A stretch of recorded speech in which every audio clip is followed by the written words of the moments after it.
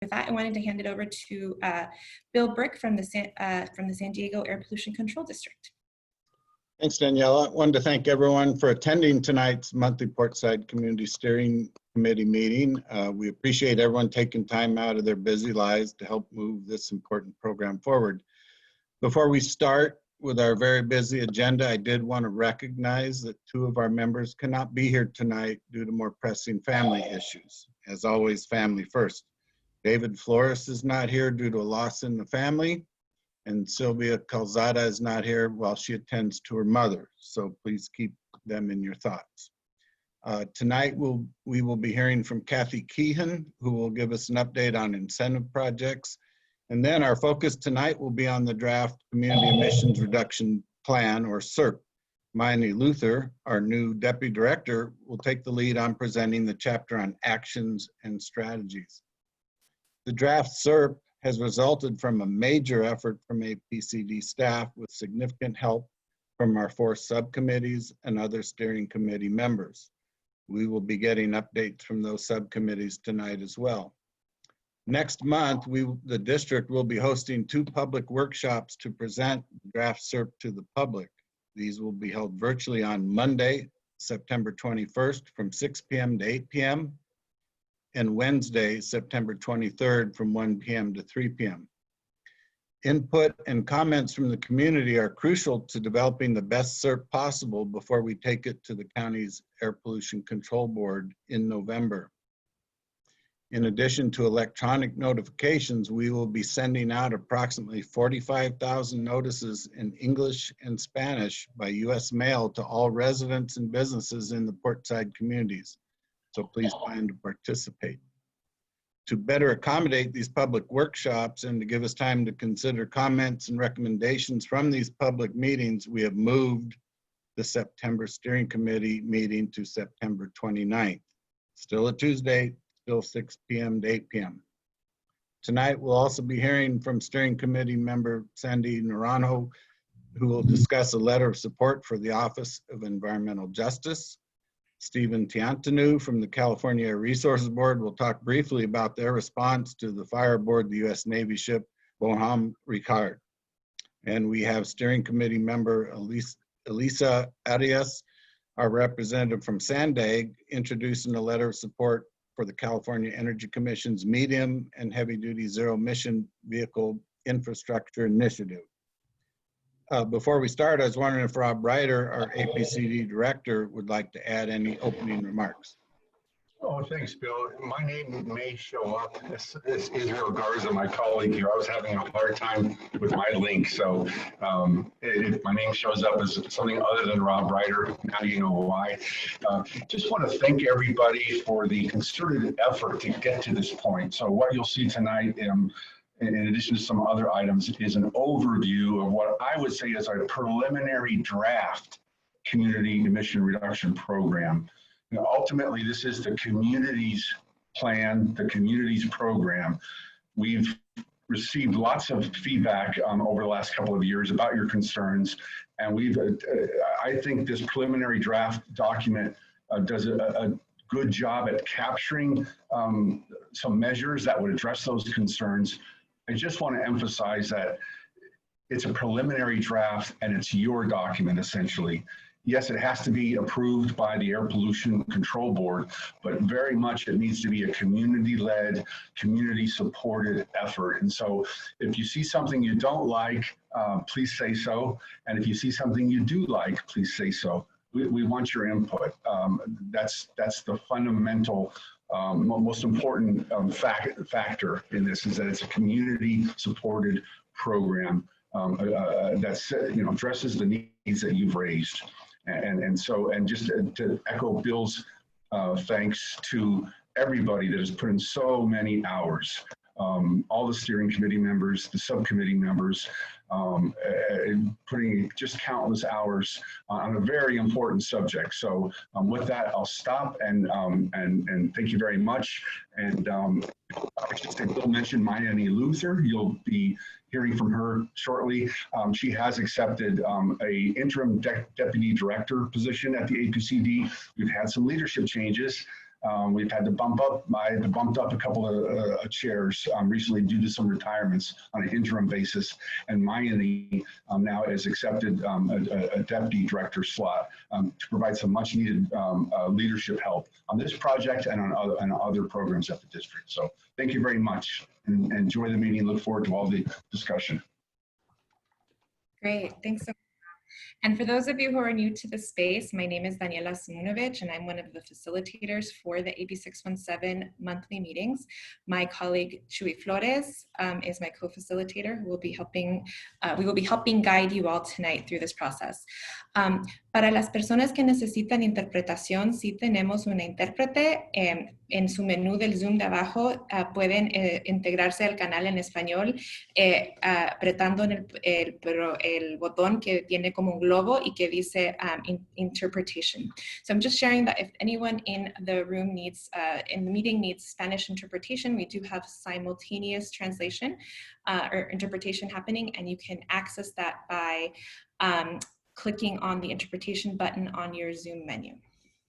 Other Zoom housekeeping tonight, if you're new to us, we do ask that if you want to make a public comment on the item that you use the raise your hand tool, which you can access by opening the participant box in your participant window of Zoom.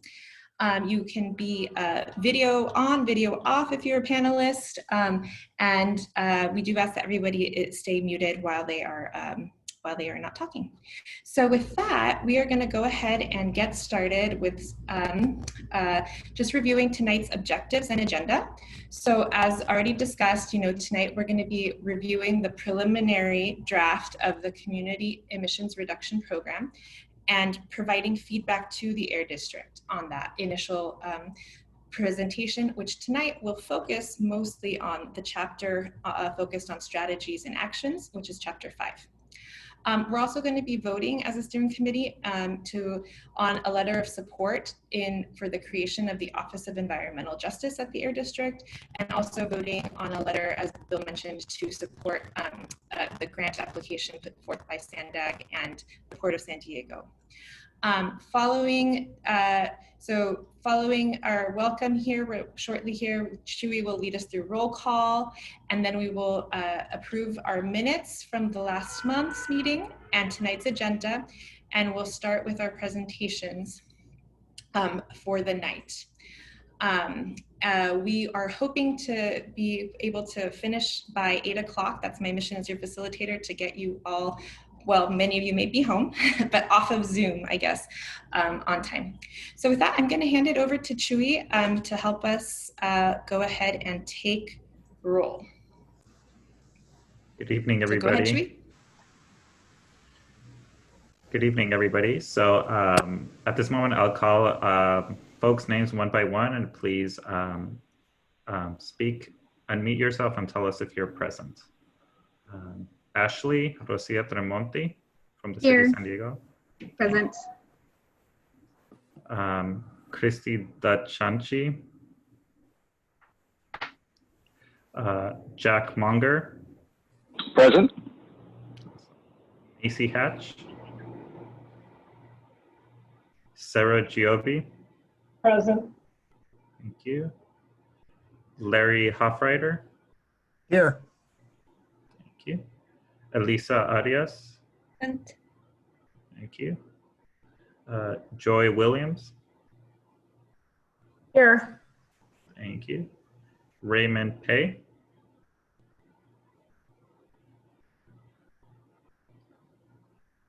Chris Stanley. Present. Thank you. Roman Partida Lopez. Stephanie Yoon. Present. Jose Marquez Chavez. Present. Thank you. Kenneth Johansson. AC Dumal. Present. Thank you.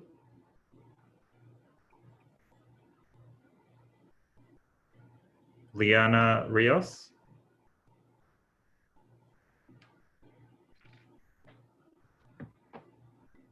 Joseph Gabaldon.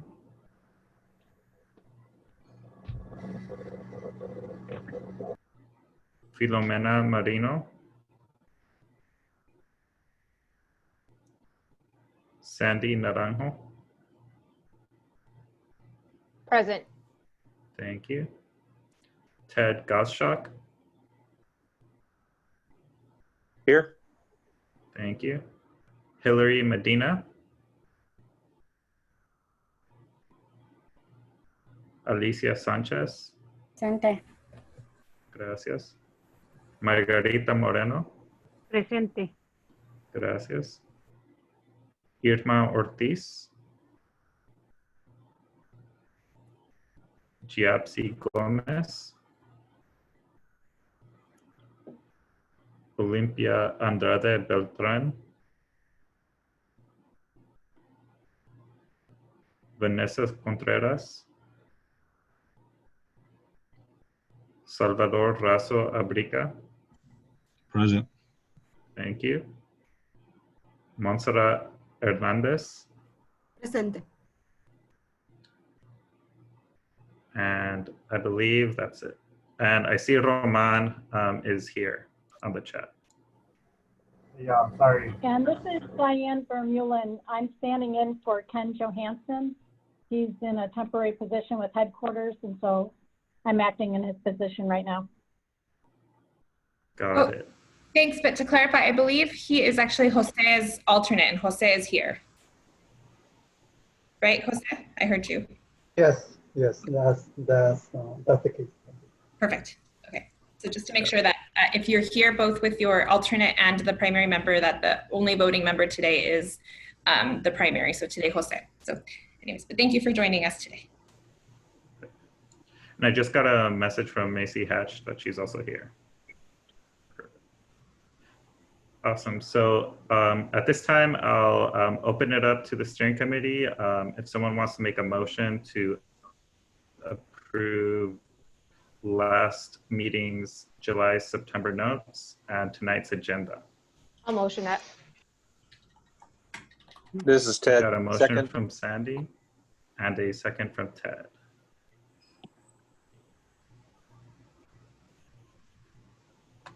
So at this moment, Daniela, do you want us to do the whole roll call? So let's just do quick to move on, and we'll do the roll call votes for the letters. Got it. Awesome. Got it. And now we'll pass it on to Kathy Keehan on a presentation on an update about incentive funding. Hello, everyone. Can you hear me, hopefully? Yeah, Okay, great. I'm going to share my screen because I have a little PowerPoint, 3-slide PowerPoint presentation. Just wanted to give you a quick update. Oop. Except Chewy, it won't let me share if you're sharing, I think. Just wanted to give you all a quick update on incentive funding and ask you a question about one of our projects. So anyway, I'll start with that. Chewy, maybe if you have the chance to stop sharing and I can try and share. But we are, oh, perfect. Great, thank you. We are, let's see if this will work. I am screen sharing. Can you guys see? It should say AB617 incentive funding update. Got it. Yay, okay. So I just wanted to let you know we are moving into, well, we've moved into contracting phase and we've sent out a lot of contracts about the projects in the AB617 communities. We're very excited about that. As this process goes along, we try and figure out the best we can how to get all the projects under contract. And I have one project I want to talk with you tonight about to ask your input on. So let me see if it'll let me do this next one. So a project that we plan to fund with AB617 funding, we think will get us significant emission reductions. It turns out does not quite meet the requirements of the AB617 program. Since we can't use AB617 funding on it, we wanted to talk to you all tonight about a potential solution for this. We're proposing a fund swap for this. So this project that you see on the screen is for a company that applied for funding to repower 3 reach stackers and 2 heavy-duty forklifts. They're used for cargo handling at the port. The original equipment is diesel-powered. They're proposing to repower it with electric equipment, so with electric motors and batteries. The company has already repowered one of their reach stackers at the port to be electric, so we know that this technology will work for them. When CARB reviewed the project, as they're required to do with all of our electric projects, they determined that the repower solution did not meet their definition of commercially available. It's not a kit that you can buy all in one piece, and so they feel it's more of a pilot project. As a consequence of that, we aren't going to be allowed to use AB617 money to fund this project. So let me do the next one. All right, let me see if I'm revised plan. Okay, so the district is supporting the project. We think it's a good a project, and we want to support electrification at the port. So we put our thinking caps on and we tried to find a solution. As you know, in our original solicitation, we took applications from all over the county and for all of our different funding streams. Some of the equipment that we were planning to fund with DMV funding, sorry, I skipped ahead too soon. So we were planning to fund this reach stacker equipment at the port with AB617, and then we had other equipment we were planning to fund with our DMV funding that's a little more flexible and has fewer restrictions on it. Ooh, sorry, it's noisy at my house. What we're proposing to do to keep the project going is to swap that funding sources around. Although we want to use all the AB617 money in the disadvantaged communities, we also want to do this project. The guidelines allow us to use up to 20% of the AB617 funding outside the disadvantaged communities, so technically we could do that and be in agreement with the state. The projects we're proposing to swap with are located in Oceanside and in Lakeside. They're not low-income communities. They are equipment that's used in agricultural operations. We believe the fund swap would allow us to keep the Portside electrification project moving along and allow us to capture those emission reductions at Portside while still being in compliance with all of the state requirements and program guidelines.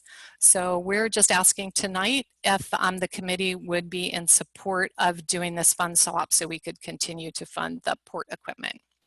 So I'll open it up now for questions or if people have any feedback.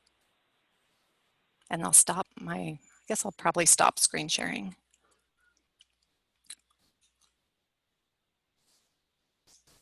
Okay, whoops. Again, and if anybody has any questions, please raise your hand in the chat box or the participant box. And I'm not seeing any questions or comments, so. Okay. And I'm sorry, Danielle, I was not actually seeing how you raise your hand. Since I've already opened my mouth, I mean, we talked to Kathy about this, you know, a few weeks ago, and or maybe it was longer than that, and it seemed like there was some question about whether, you know, it had been adequately tried or not. But tonight you're saying it has been tried. You're quite confident that it works. So I guess I'm not seeing the downside. I don't know why we would not be in support of that. Okay.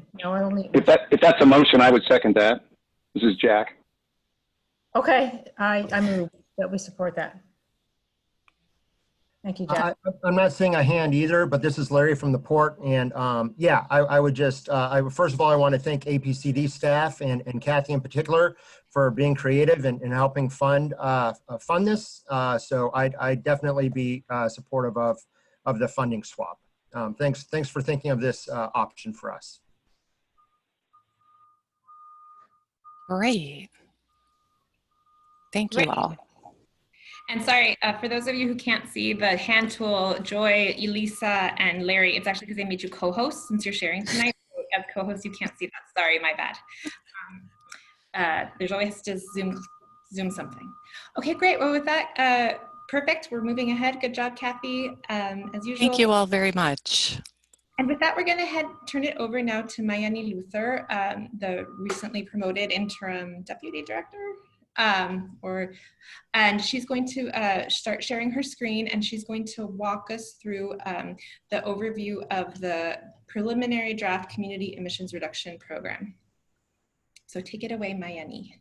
Thank you so much, Daniela, and thank you everyone for having me in this meeting tonight. And I just want to say that it's a privilege to be part of this program. I've been involved, but now I'm even more involved with the program. I'm very excited about that. So thank you so much.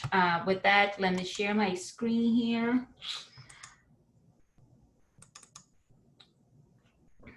All right, so. Okay, so tonight we would like to provide an update on the Community Air Protection Program. For those of you that don't know, this program was established by the California Air Resources Board, CARB, and it's designed to reduce emissions in communities that face environmental, health, and socioeconomic challenges. The program has two main tracks. One, it focuses on air monitoring, and the other track focuses on emission reductions. The Portside Environmental Justice Community, which for those of you that don't know, includes Barrio Logan, Sherman Heights, Logan Heights, and west of National City, has been selected under both programs, air monitoring and emission reduction.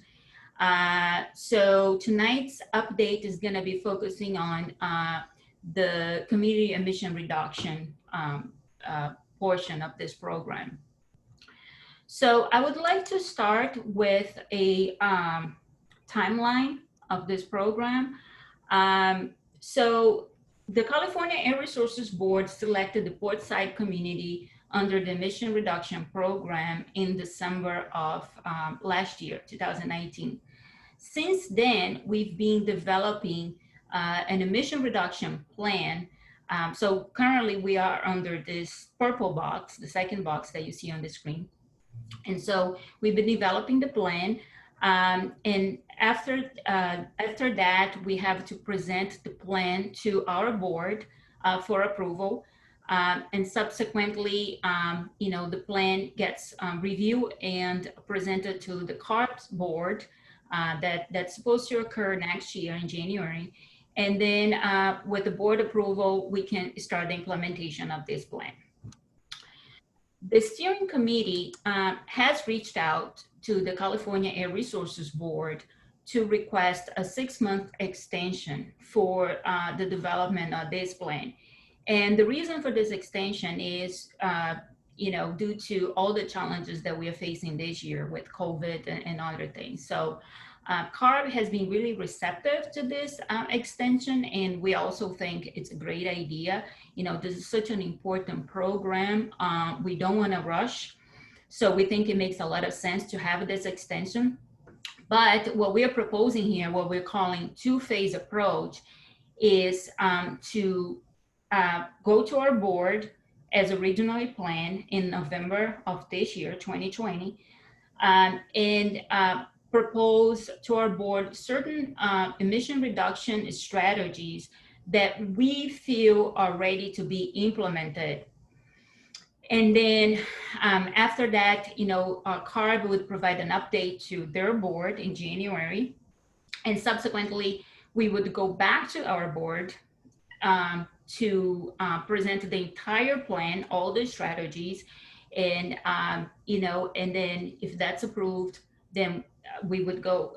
CARB would present the entire plan to their board for approval. So, in summary, phase one would be, would occur this year. Under phase one, we would propose certain strategies to our board, and then provide an update to CARB's board.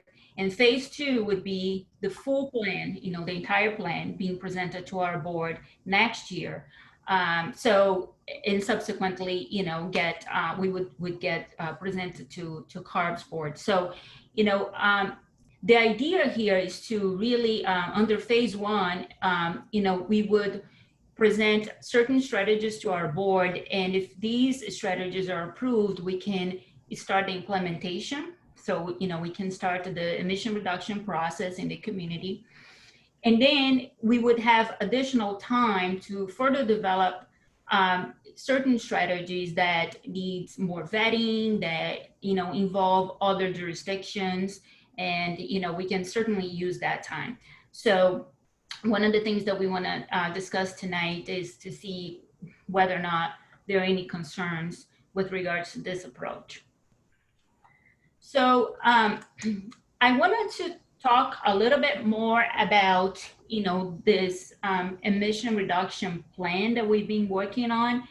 This slide here highlights some key aspects involved in this plan. So starting from the bottom, we have technical foundation, which is going to be technical assessment that is going to have air monitoring data as well as emission inventory data. And the data is going to highlight the challenges that the community faces, and also is going to assist us to identify solutions to address these challenges. The community profile, obviously, we need to fully understand, you know, the community and the challenges it faces. Then we're going to have objectives, goals, targets, and emission reduction strategies. That's a very important piece. Implementation schedule, enforcement plan, and then we're going to have metrics and reporting requirements. And, you know, all these elements needed to be addressed with community engagement and partnership. So in order to address these elements that I just mentioned, we've been working on a plan, you know, a document that is going to be discussing all these different elements. So what we're proposing right now is to have, you know, essentially 4 chapters in an executive summary. So the first chapter is going to highlight the community. It's going to have a community profile, and then the outreach process, which is going to discuss what we've done to, you know, engage with the community. Technical assessment, that's going to include data, emission inventory data, as well as air monitoring data. Then we're going to have our enforcement plan. That chapter is going to include what we've been doing for enforcement, inspections, violations that we issue countywide and in the Portside community.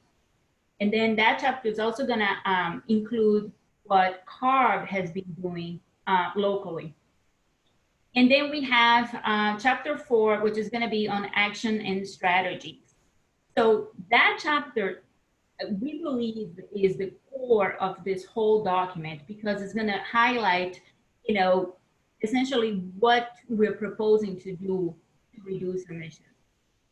So all these chapters, all these documents, including the executive summary, have been shared with the steering committee.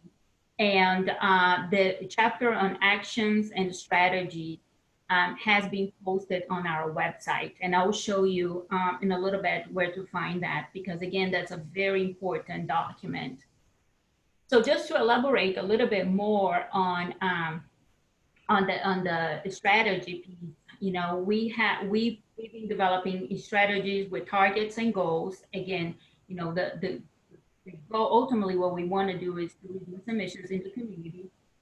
And if these strategies are approved by the board, then, you know, we have 5 years to implement these strategies. So once again, you know, your input is very critical for the success of this program. As Rob mentioned, this is a community-based program. So, you know, I would highly encourage everyone to really take a look at this, at least the strategy chapter, because again, that's, you know, that chapter highlights, you know, the actions and what is being proposed. And, you know, we really need your input as far as, you know, whether or not these strategies are adequate to fully address the challenges that the community faces. So more specifically, in terms of the strategies that are being proposed, the district has proposed some strategies. Everything is under draft right now, so we're just, this is just a preliminary proposal. So I'm going to talk about, what we are proposing, but in addition, the steering committee formed this subcommittee to develop specific strategies that focus on emission reductions from trucks, waterfront operations, and land use. So the steering committee leaders are going to be talking to the group in a little bit about this strategy. So as far as the strategies that the district developed, we placed these strategies into different categories that you see on this slide: outreach, incentives, rural development, and enforcement. So I would like to talk more specifically about what is being proposed. So for outreach, we are proposing an incident response plan, which is going to establish a protocol on how we're going to be responding to incidents and emergencies that have an impact on air quality. So for example, a major fire. This plan is going to, specify our role, responsibilities, what we're going to do, and that kind of thing. Office of Environmental Justice. There's a separate agenda item to discuss this topic, but I just want to mention that, we are proposing this as a strategy because we feel it's really important to have an office to really focus on environmental justice community, get involved with the community to fully understand, the challenges the communities face and, ultimately better serve these communities. So we feel that that's really important. And then we're also proposing a public participation plan, and that is to really enhance our outreach efforts, increase awareness with regards to air pollution, and promote public engagement. So that's for outreach. That's the first category that we have. Then we have incentives. So one of the things we're proposing is to work with the California Air Resources Board to revisit the criteria that has been established to fund certain projects. As Kathy just mentioned, there are some restrictions when it comes to funding projects that benefit the community.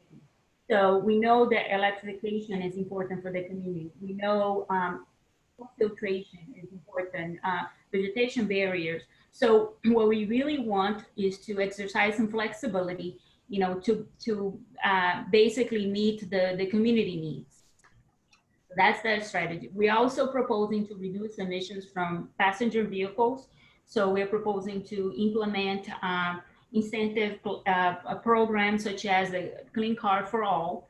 That's going to, provide incentives for low-income residents to, obtain electric vehicles. We also proposing to implement EV charging infrastructure and to work with jurisdictions to promote, bike lanes and, walkability and improve transit infrastructure. As far as rural development, that's another strategy or another category that we're proposing. So there are a few things with that. First, we have a rule right now that regulates certain projects involving asbestos. So this rule has, requirements such as work practices that are designed to prevent exposure to asbestos fibers. I believe that you probably have all heard about asbestos. It's a natural fiber that can cause a lot of serious disease, including cancer. So again, we already regulate certain projects that involve asbestos, and those projects are for renovation or demolition. But our current rule exempts residential buildings that have 1 to 4 dwelling units. So for example, if you have a duplex apartment, that would be exempt from our rules. So one proposal is to revisit this rule to remove this exemption. So we regulate all residential structure. And the idea there is to enhance public health, because again, asbestos can cause a lot of health issues. We are also proposing to revisit Rule 1210 is a rule that we have to potentially lower the limit that certain sources of air pollution have to reduce their cancer risk that impact communities. So that's another proposal. Then we have some existing rules. We have a rule that we are planning to revisit, and that regulates emissions when fuel is being transferred into these mobile transport tanks. I think you've all seen those huge tanks that drive on the freeway with fuel. So when these tanks are being filled, there are emissions. So we will be looking at this rule to look for opportunities to reduce emissions.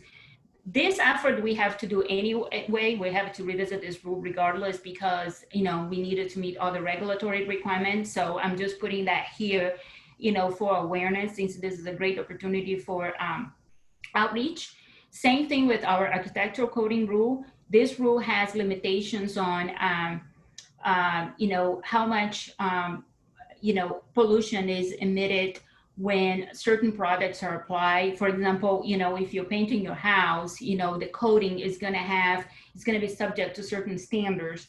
And so we are in the process of revising this rule. In fact, we have a public workshop just to discuss this proposal in September 16th, I believe. Yeah, September 16th. So again, we have to do that anyway to meet all the regulatory requirements. So we're also looking into a marine coding rule that we have. That rule was adopted in 1996. And so we wanted to take a look at the rule to see if there are any opportunities for emission reductions, since we do have marine coding operations in the Portside. Daniela, are we doing okay on time? If you want to, we have maybe like 2 more minutes. Oh, okay. All right. Well, I'm probably not going to have, so I'm just going to wrap this up here really quick. I'm not going to be able to give you a lot of details about these, but, essentially we have, so this is for rule development. These are for, our strategies related to our enforcement program, and then that was pretty much it. That's all I had. But since we have to go through those. I think you have time to finish that slide. That's fine. This one, yeah. So this one, so these are essentially, different rules that we're looking at. I think that we're also considering adopting some new rules, one for commercial cooking and another one for indirect sources. Indirect sources, this rule would establish standards on how to build to promote energy efficiencies, walkability. So we are looking into that. Just real quick, some strategies related to our enforcement program. We wanted to formalize our supplemental environmental project program. These are projects that can be funded with money received through penalties under our settlement program. So when we are negotiating penalty amounts, we could use part of that money to fund certain projects like school filtration or things like that. So, this would be a great effort to, benefit communities. We are proposing to expand our mobile source program. This is a program that we have to, enforce mobile source regulations, and that's really important given the percentage of emissions that are coming from mobile source. We are looking at our air quality complaints to see how we can enhance that to better serve communities. We are proposing to have a satellite ABCD office in the Portside community just to increase our presence in the community. That would be great to conduct like idling inspections, for example. And we also proposing to utilize a portable analyzer for certain emission units that are subject to annual source tests. So this analyzer, with this analyzer, we would be able to, essentially test these units more frequently. We still needed to look into that, so these are just preliminary proposals. What I would say though, really quickly, is to, if you have a chance, this is our website. If you go under programs and then you go to community air protection program. Mayani, we can't see your we can't see the, if you do new screen on your screen share, if you do new share and you select the website. Yes, okay. Again, and share what that window. Okay, yeah, it didn't switch. So you can see that, right? Yes. Yeah, so this is our website, SDAPCD.org. So if you go to programs and you go to community air protection program, this is our website for the community air protection program. So you can find, if you click on, by the way, all the information regarding the meetings that we've been having, just to show you really quick, Daniela's gonna get mad at me. I'm working. And so I just wanted to mention that all the material is here, is organized by dates, agenda, et cetera, et cetera. So this is a really good resource for everyone. But if you click here, you can see the chapter that I was talking about that lays out, that has all the strategies that are being discussed, all the strategies, even the strategies that the subcommittee leaders are going to be discussing a little bit. So this is a very important document. We have an introduction, but we organize the strategies in tables, so to make it easier to read. So please take a look at it. Like I said, this is such an important program, and it's we absolutely need your input on it. So with that, thank you so much for your time. I really appreciate being here today. Great. So with that, we're going to pause there. That was a lot. We're breaking up the presentation on the CERP into different sections. So Mayani provided an overview of the CERP and also of the regulations related to the air district and outreach. Then we're going to have Joy Williams review the heavy duty truck strategies that are in Chapter 5. And then Larry Hoffreiter will be giving the overview of the strategies related to port related issues. And Elisa Vargas from Sandag will be giving the overview from the Land Use Committee. But first we wanted to stop there and just see if there were any initial questions for Mayani. We recognize that this is very technical and can be at times complicated. So if you are not a co-host, you can raise your hand, and if you're a co-host, you can just talk. And also Chewy, I think, so for the steering committee members, we sent out an online survey prior to today's meeting, just asking people to enter any questions that they may have about the CERP. And so Chewy went through and reviewed those answers. Thank you we had 10 responses, so thank you. And I think to start us off, maybe Chewy, do you just want to share some of the highlights that you heard from the steering committee members who replied? Yeah, so for the general CERP, folks had recommended on ways or suggestions and asked questions on how the document can be a little easier to understand, how decision-making processes happen, how actions are prioritized for adoption, and some clarity on what is included in phase 1 versus phase 2. Great, thanks. So any comments initially or questions for Mayani before we move on? And after all the presentations, we'll have time for a broader conversation. Okay, I don't see any hands from the panelists. Any hands from the attendees? Or maybe for time, we can just move on, and maybe we'll just keep moving on from each of the subcommittees, and we'll save the discussion for after that. So Joy, if you want to go ahead and share your screen. Okay. Yeah, I need to make sure I've got the bilingual version. There we go. Okay, great. And if you want to turn your video on so we can see you. Oh, okay. Let's see. Start video. Okay. All right. Good evening, everyone. So let me go ahead and start this slideshow. Can everyone see it? Yes. Okay. There we go. All right. So yeah, so the members of the truck subcommittee started meeting originally about about a year ago. It's like last August, and then it became a formal subcommittee later, sometime this spring. We ended up with quite a large membership. It included David Flores and myself from EHC. It included Derek Robinson from CPI, Larry Hoffreiter, and sometimes Maggie Weber, and Tom McLean from the port. It included Philomena from the community, Sal Abrica from Teamsters, Elisa Arias from Sandag, Jose Marquez from Caltrans, Kathy Kean from the district, Liana from SDG&E, Jeff and Susan from Sandag, Barbie from DOT, and there were normally 2 or 3 CARB folks who were on those calls. Okay, this is an overview of the strategy directions. Like Mayani, I have one initial slide that gives you the overview, and then additional slides that go into a bit more detail on each one of these. So, the goal of this subcommittee was to identify obstacles to getting more electric trucks on the road and displacing diesel trucks. So the number 1 set of strategies is related to promoting zero emission trucks.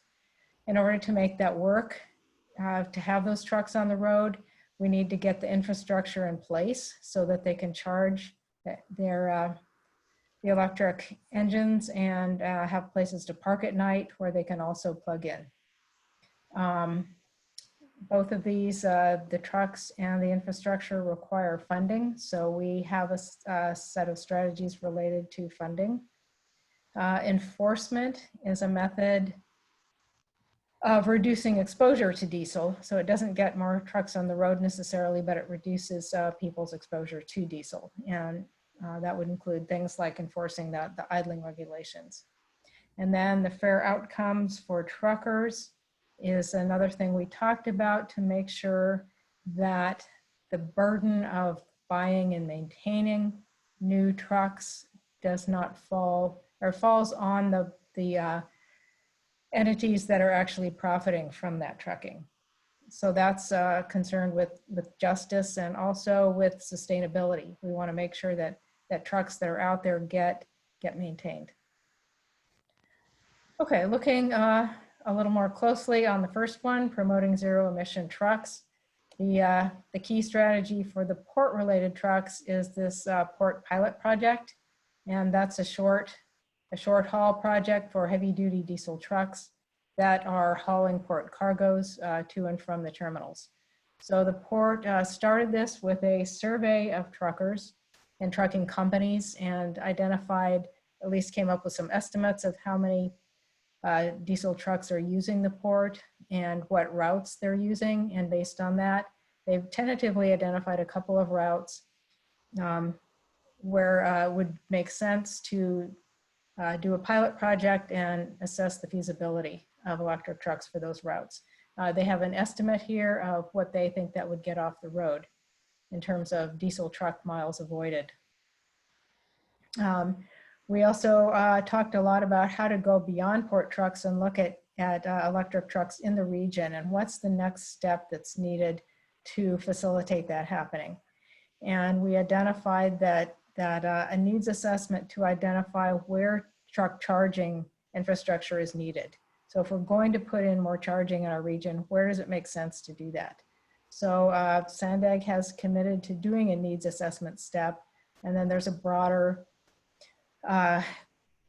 group of agencies that would be working on actually getting those installed. And that would include Sandag and Caltrans and the cities, I think. We also wanted to focus on heavy duty diesel trucks in the community. So this is trucks that are delivering to and from businesses in the community, and on surface streets where there's real direct exposure to people, residents within the community. So we wanted to reach out to a minimum of 3 businesses in Portside to see if we can persuade them to use zero emission delivery trucks. And then cities, City of San Diego and City of National City do also use heavy duty diesel trucks. And this would include things like their trash trucks. So we're thinking that as the cities transition to zero emission trucks, we'd like them to prioritize the Portside first for deploying those trucks. So that's the strategy there. Looking at infrastructure, as I already mentioned, I mean, we're looking, as SANDAG has agreed, or has already decided to do a needs assessment, and they've already got a date on that. We're thinking at 2021 that happens. So we identify promising locations to put new electric truck chargers. And then at later points over the next 5 years, we start getting some of those chargers installed. We also talked about Harbor Drive improvements. This is something that involves multiple agencies, but the port is taking the lead on that. There is a lot of focus on how to make Harbor Drive work better for all modes of transportation, including pedestrian and bikes. But one of the thoughts is to have a dedicated truck lane. And it would be possible to have wireless charging on that lane. As one example of a place where you could put wireless charging. So that would be exciting to have that new technology being implemented there. Could also be a place where we put intelligent transportation system technology, and that would include like a freight signal priority for the intersections where trucks you know, tend to queue. And then we also identified some more steps on how do we get more truck parking facilities in the region. And this is something that the community has identified for a long time, and truckers have themselves, is a thing that's needed so that we don't have trucks parking within the community, so that truckers have a place to go where they can plug in their engines. So we're looking at a feasibility study, and I believe it would be, I'm not sure if it's Caltrans or SANDAG that would be taking the lead on that, but we do have a commitment to go ahead with that by 2023. Okay, looking at funding, the two big strategies would be grant funding, which you've already been hearing a lot about. That's those incentives. APCD would be taking the lead on this one, and they've identified a metric here to fund 85 to 90% of electric truck projects and studies from grant funding. We also want to explore a fee strategy, and that's something that the port will be taking the lead on. Then going to the enforcement strategies, we have identified 4 different measures to support the Barrio Logan truck route. And that includes more outreach to port tenants as well as to the truckers. It includes outreach to businesses in Barrio Logan, which is new. This is something that nobody's really done before, but to let them know there are truck routes and their delivery trucks should be using them. Improving signage. This is something that the City of San Diego has been the primary agency putting the signs on the surface streets, but I think we're thinking now maybe we need to get Caltrans involved and do some signage on the freeway too, so trucks know before they get off the freeway what the correct way is to access the cargo terminals or the waterfront. And finally, on mobile source enforcement, this is kind of a generic one to you know, focus more on enforcing those idling rules and potentially other mobile source rules that would apply to trucks, to heavy duty trucks in particular. And then the fair outcomes for truckers. This one is really focused on looking how to structure incentives so that the grants go to entities with the ability to pay for and maintain the trucks. And it's also geared at avoiding exploitation of the independent truckers who are misclassified employees of trucking companies. So this is trying to avoid, you know, outcomes that have happened cargo terminals in California and try to figure out how to make that work better here.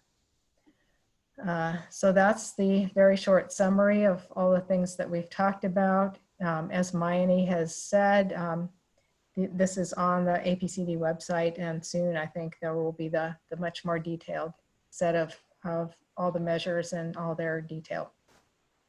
Great, thanks, Joy. So now, Larry, if you want to go ahead and share your screen and go over, Larry will be presenting on the port strategies, and then we'll go to Elisa for land use after that, and then we'll open it at the floor up for discussion and questions.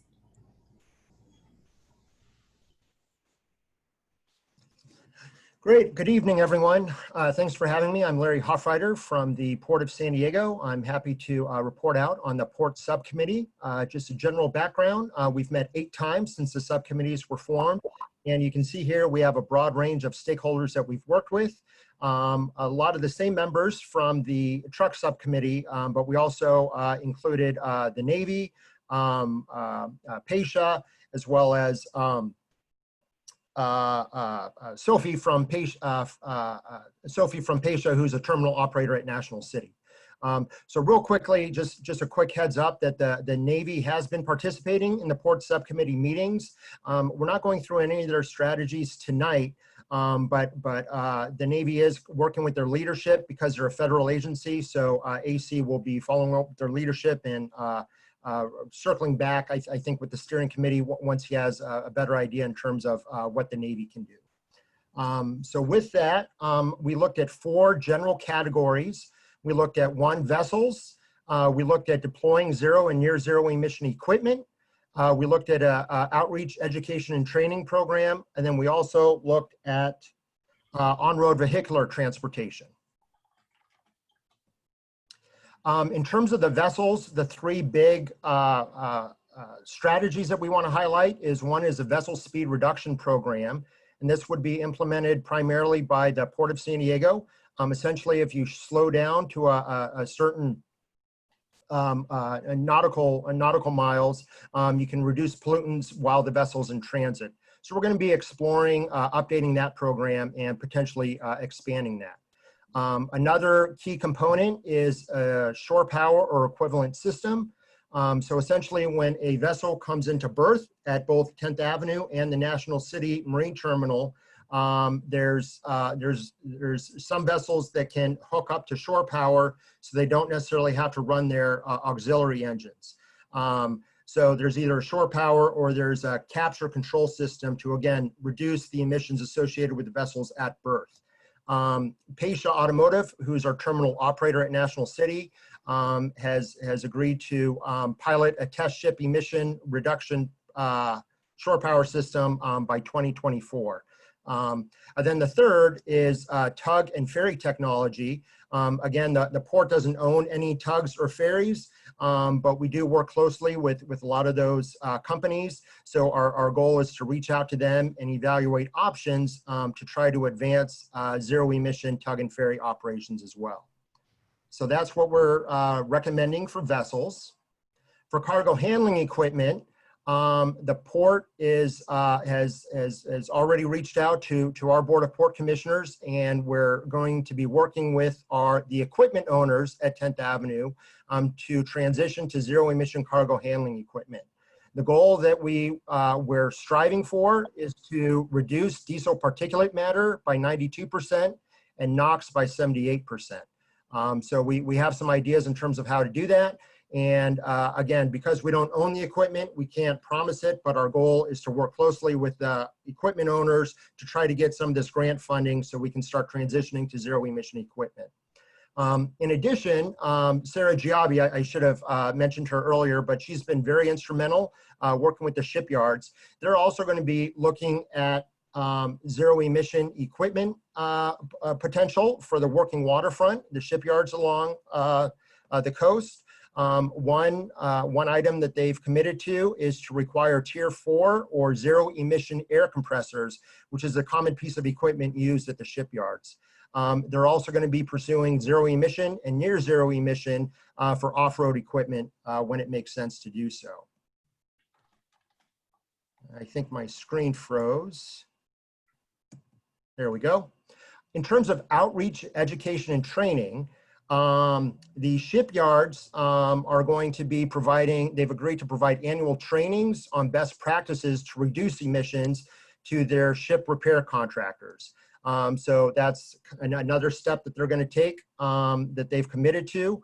And the port is going to be holding a demonstration event to really highlight zero emission technologies so we can all learn from one another, particularly along the working waterfront. And then finally, and I think Mayani mentioned this a little bit earlier, we looked a little bit at on-road vehicular transportation. So the shipyards are already doing some measures, but they're committed to promoting participation in alternative forms of transportation, be it trolley passes, shuttle buses, various other ways to again reduce that vehicular transportation. And one of the items that came up was there's grade separation at 28th Street and 32nd Street that's currently in Sandag's RTP. That came out of the South Harbor Drive mobility study. So the thought is if we can do grade separation there, we won't have the queuing from vehicular traffic at those intersections, and that'll also help reduce emissions. So that's, in summary, that's it. Just want to present a high-level overview. One of the things we would like to get maybe some feedback on, and maybe Daniela, you can help in terms of how to articulate this, is I think the preliminary draft SERP right now identifies a port chapter or a port section. And given everyone that's kind of working on this, our thought was to maybe separate that out into a chapter that's entitled Working Waterfront Activities that would be inclusive of the port, navy, and shipyards, as well as another general one, regional actions. So I'm free to answer any questions. And again, I want to thank all of you for attending tonight. And I particularly want to thank my fellow subcommittee members to help us pull together these strategies. Thank you. Awesome. Thank you, Larry. And then I will maybe just ask for hold your questions, and we'll go to Elisa, and then we'll open it up for discussion on the whole presentations. So Elisa, if you want to go ahead and share your screen.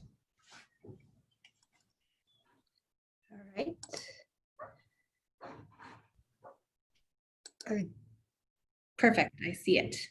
All right. Well, good evening, everyone.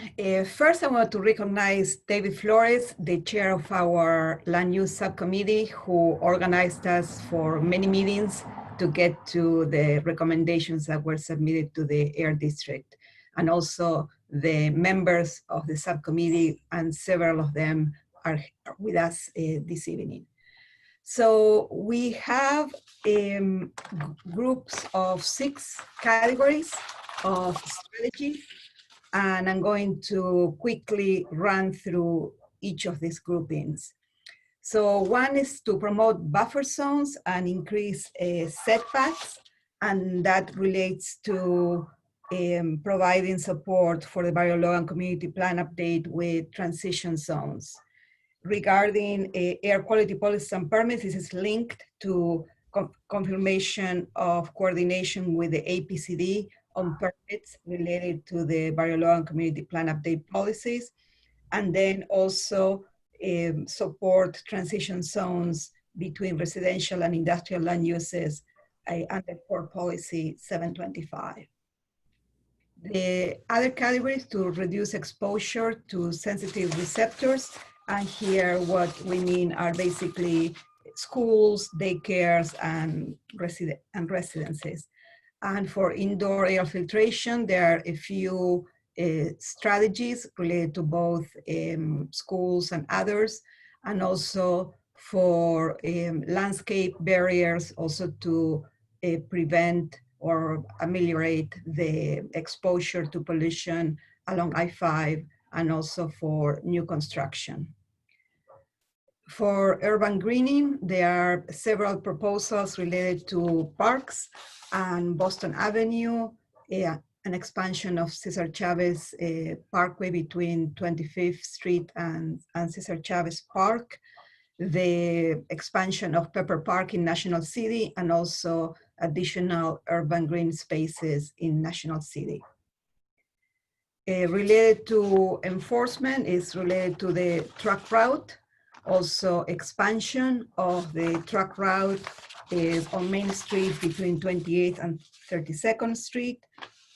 As others presented, also support for investments for the Harbor Drive 2.0 improvements to increase efficiency for trucks and additional enforcement and for mobile sources. And related to neighborhood resiliency and housing, the strategies relate to developing transportation health equity study, also public health equity assessments, and pursuing grant opportunities to do this work. And related to housing, a proposal for a minimum 25% of affordable housing in Portside, and also support for solar panels and air filters. And also the creation of a working group that would work to align the CERP with the climate action plan and transit-oriented development project. And we have two slides related to transportation efficiency. As Larry mentioned, the high priority for the Blue Line trolley grade separations. There are two locations that have been identified at 28th and 32nd Streets. Also a relocation of a freeway ramp, the southbound I-5 ramp from Boston to 28th Street, and traffic calming projects in a couple of streets in the community. And the last slide relates also to efficiencies in transportation, and again, support for the Harbor Drive corridor study projects that support pedestrian safety and reducing traffic congestion, and also regional projects that were actually identified in the SANDAG military multimodal access study for the Portside communities, and those include active transportation projects and wayfinding national cities. So that concludes the summary of the recommendations from the Land Use Committee. And when it's time for questions, I will also invite members of the subcommittee to contribute. Thank you very much. Great. Thank you, Anissa. That was wonderful. And thank you, Joy and Larry, for those really great overviews. So with that, I think we want to open it up now for conversation amongst the steering committee and also the panelists, the attendees, to share questions or thoughts, initial reactions to the CERP. And we know it's complicated information, so we also want to make sure that this is a space to ask questions, and there's no such thing as a stupid question, and any idea is welcome here. So with that, does anybody want to start us off? And you can raise your hand. I see, go ahead. I see, oops, sorry, is that you, Ted? Go ahead, Ted. You can unmute. Okay. All right, so definitely some great things in Chapter 5. The incident response plan, I think, will help communicate and protect our communities. It's important to note that the APCD does not assume primary incident command. I hope our neighbors know that. The plan will also not allow for radioactive, biological, or terror incidents. So we need to be aware that those plans need to be developed by our City of National City, as well as San Diego. I think in second, the Office of Environmental Justice idea is a great one. I wholeheartedly support that. In the public participation plan, I think we can follow the model of the Bay Area Air District. It's got a lot of great tools. I hope that both agencies and consultants don't rely on the virtual survey. I think it's a little overdone today, and it's a little suspect sometimes. Fourth, I'd say I applaud the inclusion of the enforcement office, satellite office called out for one of the Portside communities. I think that's a great idea that we can help monitor the trucks with the portable emission analyzers as well. And lastly, with land use, I'd like to see, or land use and port subcommittees, I'd like to see some truck route planning done for National City. And that connects definitely with the Harbor Drive, Civic Center, I-5 intersection. I think we need to do some serious work there. So thank you to all the subcommittees members. You've done a great job to get this started. Thank you. Great, thank you, Ted.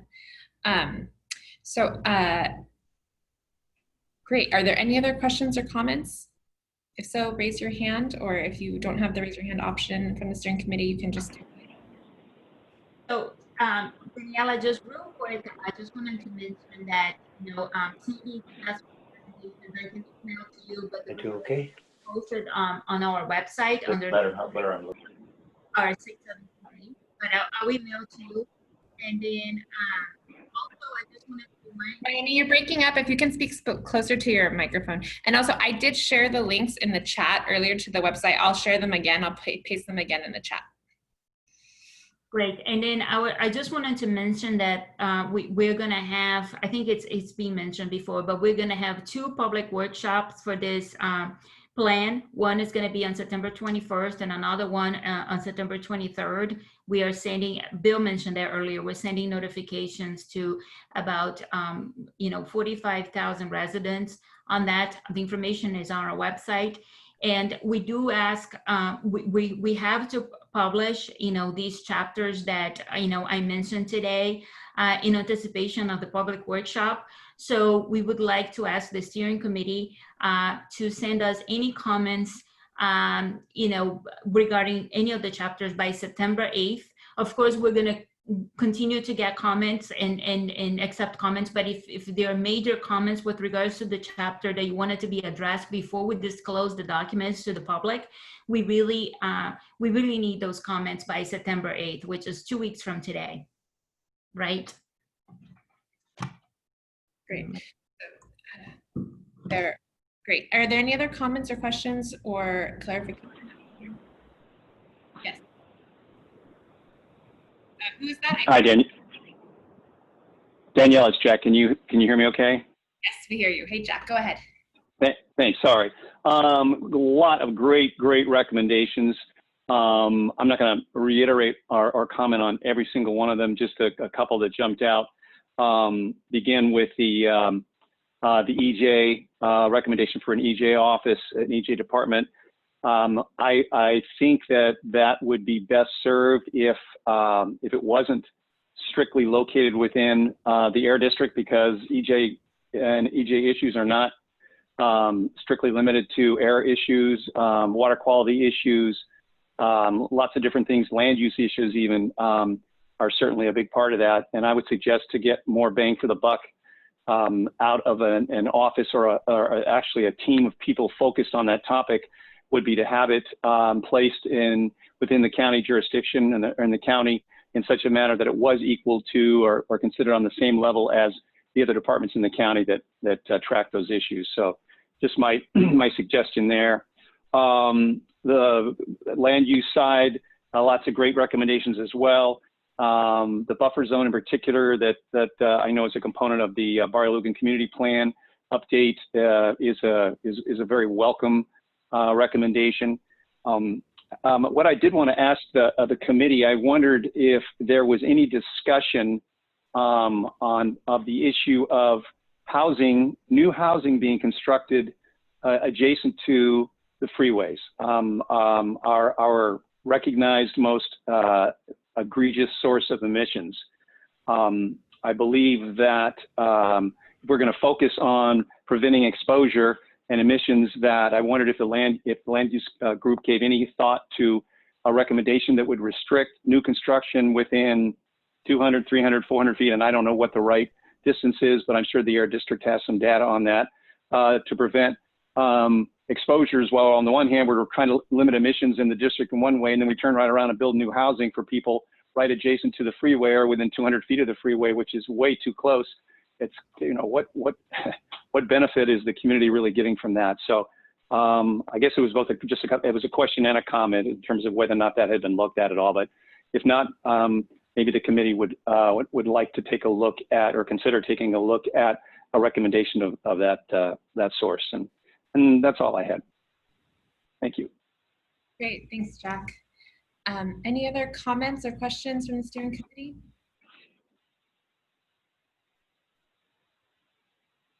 ¿Algún otro comentario o pregunta acerca del CERP de miembros del comité? Daniel, I have a question or a comment. This is Elisa. Go ahead. So something that I've been wondering is if the CERP could also explain the process. You know, once the CERP is adopted, then there will be additional funding that comes to the APCD to help implement some of the strategies, correct? And so I'm leaning toward that explanation because I believe that some of the strategies are going to be easier to implement if there's some seed funding from the AB617 funding. Some of the timelines seem a little aggressive, and since I hear it's a 5-year plan, maybe we need to think of breaking up some of the strategies that require the largest investments into phases, and that way maybe funding from AB617 can be used to kickstart the projects. Okay, that's a great comment. So hearing, can we have more explanation of the process for the funding once the funding is there? Kathy, do you want to, or does someone want to respond to that right now, or should we go to another question? I'm sorry, this is Rob Ryder. I can just give my personal perspective on that, if I may. I have a camera here. I'm sorry, I don't know why I'm not showing start video. Anyway, great question, Elise. Our understanding, so we have $18 million we've been told is going to be coming to the APCD for incentives. Actually, this was pre-COVID. So now that COVID has hit and the economy is down, Kathy can correct me, but I think we're going to have maybe 25% less than that. We'll have at least $15 million in incentive funding. But the plan itself won't necessarily get us additional incentive funding, to my understanding. It makes us more competitive, certainly, for state funding, but I think we're getting that funding either way. And so what the plan can do is establish priorities of how to spend that $18 million. So I guess you're right in the sense that we have $18 million, and so this plan will help us prioritize how to spend that. In future years, we will be advocating for a similar amount of funding in each of the future years. It is getting more challenging in the current economic climate because of COVID to have those discussions, but the intent is we're looking for a longer term commitment to funding, if possible. All the air districts are in the communities banding together on that. We shall see how that goes, but I can say we've been basically approved for up to $18 million for the current fiscal year that we're in now. We have yet to receive those dollars, but that's normal, that's usual. We're going through a process to receive those. Sorry for all the time. That's helpful, thank you, Rob. Okay. And I see Joy and AC. So go ahead, Joy, and then we'll take AC's comment. Okay, yeah. I wanted to mention that that I had been at least tentatively suggesting another set of strategies in addition to the big ones that that Mayani mentioned in her presentation. I was suggesting that there be a set of advocacy strategies, and this could apply to things like support for MTS to adopt or to move to electric buses faster than they were required to do under state law, for example.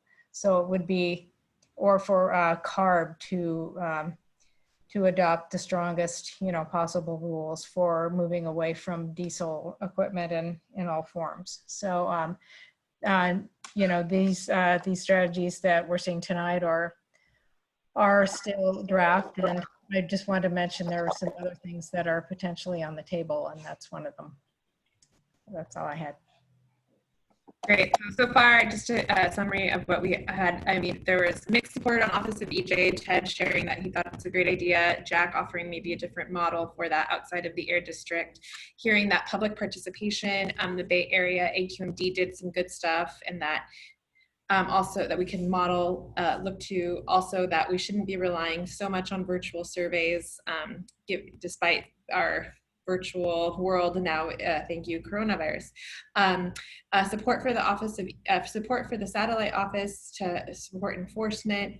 I'm also hearing, I also heard from Jack also a question that maybe we haven't addressed yet about whether or not the Committee on Land Use talked about policies related to new housing adjacent to freeways, support for the buffer zones, and also maybe things to maybe to still add, you know, an advocacy set of strategies of things that we can ask local agencies to maybe be a little bit, and state agencies to be more aggressive on adoption of regulations ahead of mandates. So that's just a bit of a summary. AC, if you want to go ahead with your comment. Sure. Good evening, everyone. I just wanted to elaborate what Larry said concerning Navy and our contributions to the CERP. So I worked with Naval Base San Diego, and we put together a draft proposal of what we think the base can do for the CERP. And they're along some of the guideline of what we propose is similar along with what the port is also proposing, but you know, it doesn't go right there. I have to take that to my senior environmental leadership and our legal counsel.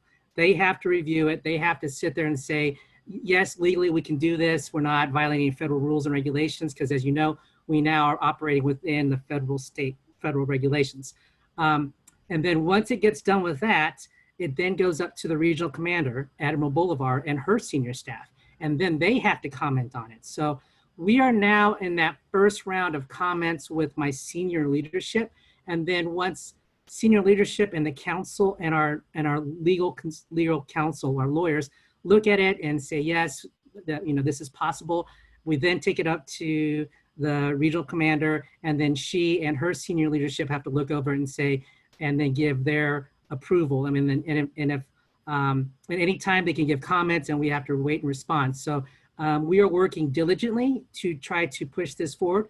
We know that we are aware of the deadlines, and so just please be patient with us.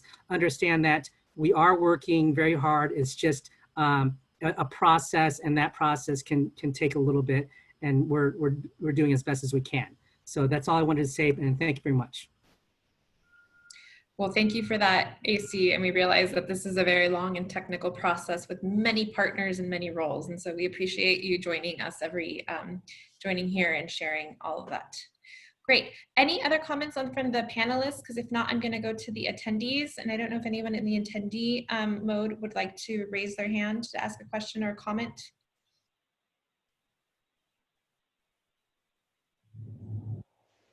Great. I'm not seeing any hands there from either steering committee or attendees.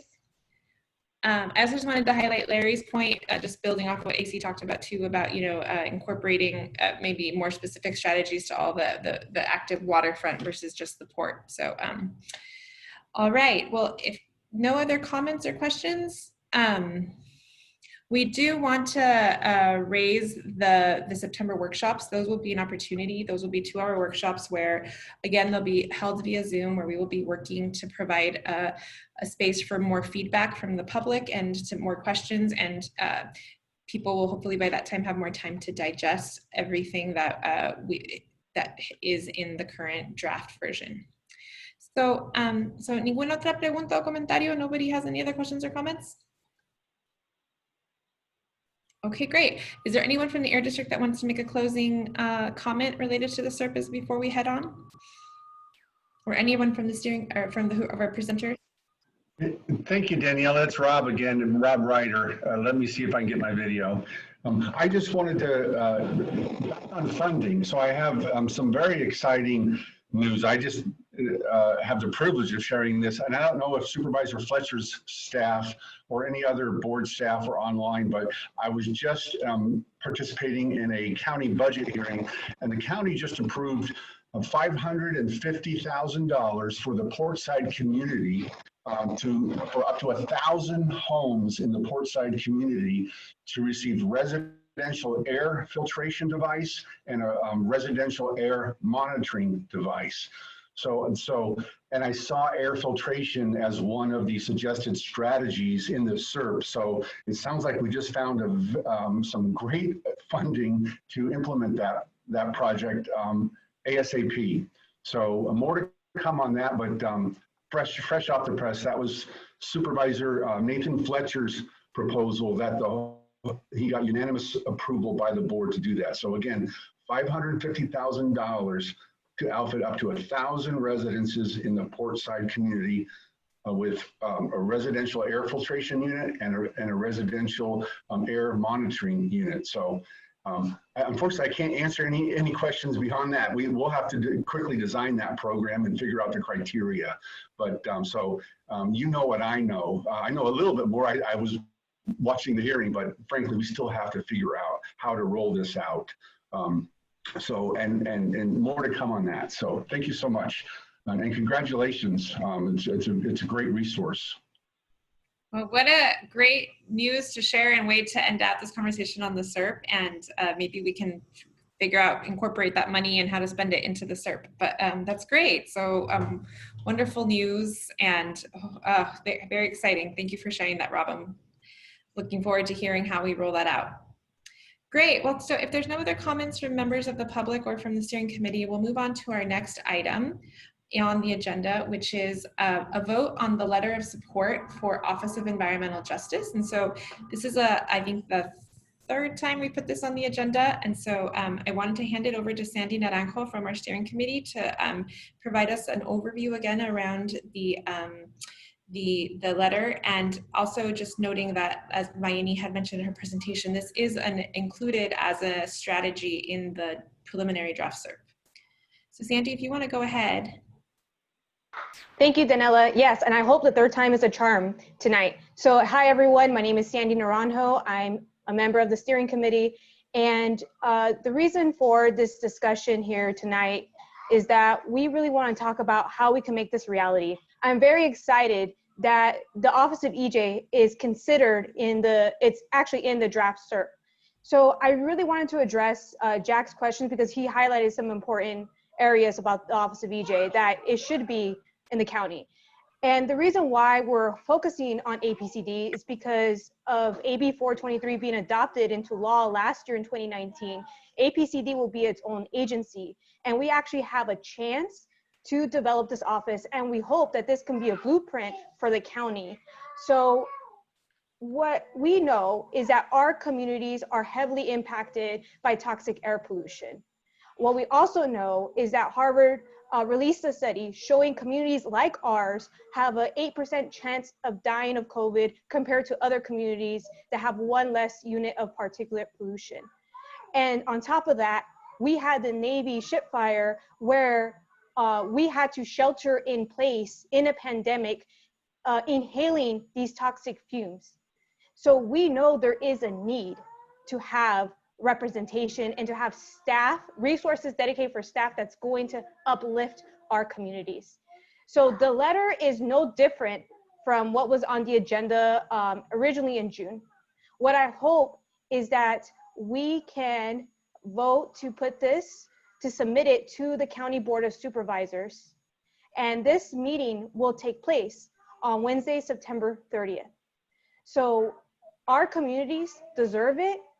We've waited so long, and we hope that this can be the blueprint for other agencies, not just APCD, but for the county and for cities to show when we put resources, we can help our communities get to the justice that we've long deserved.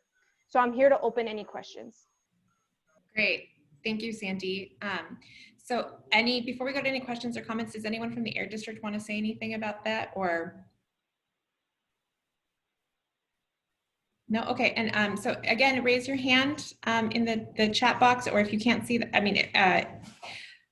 raise your hands if you have any questions or comments, or if you don't see the raise your hand tool, you can put your name in the chat box. So anyone from the steering committee want to have a question or make a comment? I see your hand up, Sarah, go ahead. And Jack has a question. Great. So we'll do Sarah first and then Jack. Yeah, actually, it looks like we have 2 letters of support tonight that are going in front of us. And I just wanted to point out, it looks like at least in some cases, they're looking to sign individual steering committee names and organizations to it. And some of us may be in the same situation where before we sign on behalf of our organization, we have to run it through our management. So regardless of whether this is voted in or voted out, I think we need to be careful that we make sure that people are on board for signing up for their individual organizations. Great, thank you. That's a good procedural point. So I think, so it is on the agenda for a vote as the steering committee as a whole.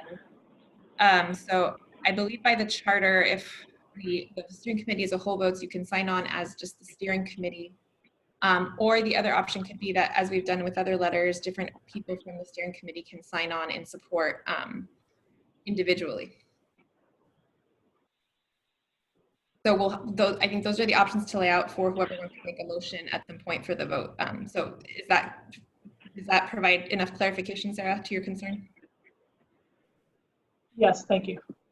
Thank you. And thank you for always keeping us on procedural point. Do you have any other questions besides that, or in addition to that, or? No. Great. Okay, go ahead, Jack. Thanks, Sandy. Or Danielle, I'm sorry. The question is for Sandy. I'm looking at the letter, and I just to be clear and understand, because I could not find a reference to one of the sentences you mentioned in the letter in the reference, and that was at the top of the second page. It says children in Barrio Logan are diagnosed with asthma at a rate 8 times greater than children in La Jolla. So I went to that reference. Could you just tell me where that is in there, or what item you're looking at that clarified that or stated that? Yeah, so the data we took is from the calovirus screen and also to the asthma report from the Health and Human Services Agency. So that's how we've made that statement of why the comparison of children in Barrio Logan are being more diagnosed greater than neighborhoods like La Jolla. Okay, so that particular point was reference 3. If you click on reference 3, it takes you to the Health and Human Service Agency report on asthma. But again, I can find nothing in there that indicates a specific measurement of comparison between La Jolla and Barrio Logan, or Barrio Logan and anywhere. And I just wondered where, maybe I'm missing it. And so if it's in there, I just wondered if you could tell me where. Yeah, so the links give to the research. So what I could do, Jack, I can make sure to update to show the direct comparison and update that. I'm sorry. Okay. Right. Okay, great. Are there any other questions, Jack, or? Let's see here. No, this is just my personal position on the letter. I've already expressed what I think would be most effective. I won't be supporting this, but I'm not going to oppose it either. This is really a community call, as far as I'm concerned, more than anything else. I just, if I were doing this myself, I would be doing things a little bit differently. So I will be abstaining from the vote on this item. But I really do think it's important that the letter, as long as it's going to be voted on and come from the steering committee, be really clear in all its reference points. And the local statistics page off the Health and Human Services report doesn't really specify between any specific community region. It does, but not a specific community in the San Diego area. So I just think there's been so much misinformation on this topic for so long. I really would like to make sure that is an accurate statement, or if the reference that Sandy's talking about isn't in there, we get people directed to the right reference so they can see that there's verification and data has actually been collected on that. Great. And I'm going to maybe pick on Stephanie Yoon to maybe help us clarify that after that statistic, maybe later offline, not now during the meeting, but maybe a suggestion. Great. And from the steering committee, any other questions before or comments? ¿Algún otro comentario? Okay, then from the attendees, do you guys, anybody there want to raise their hand with a question or a comment? I saw in the chat box a thumbs up from Janice Luna Reynoso. Okay, seeing no questions or comments, does somebody from the steering committee want to make a motion for how to approve the letter? I think, you know, to Sarah's point, there's different ways. There could be a motion for the steering committee to sign on if there's a majority vote, or you know, if people prefer to do individual names and organizations. Oh, Janice has raised her hand. Okay, great. Question from Janice. Sorry, go ahead, Janice. You can, let me find you and let me unmute, allow you to unmute. Wait, can you allow her to, can you unmute her? Or I can do it, okay. Allow to talk, go ahead, Janice. Hello, thank you. Oh, it just speaks volumes hearing the questioning of data that we're seeing happening every day in our neighborhoods.